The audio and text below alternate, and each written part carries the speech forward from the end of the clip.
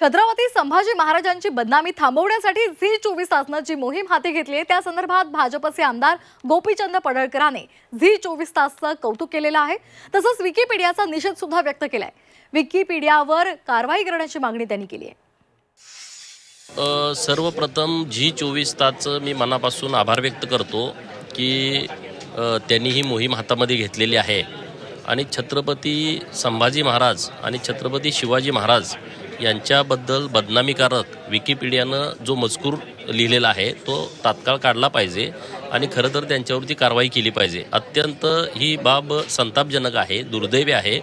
छत्रपती संभाजी महाराजांच्या बाबतीमध्ये अशा पद्धतीनं लिखाण करणं आणि ते कुणाच्याच निदर्शनास न येणं हे पण दुर्दैवी आहे। परंतु झी 24 तासनी या सगळ्या गोष्टीची उकल केली।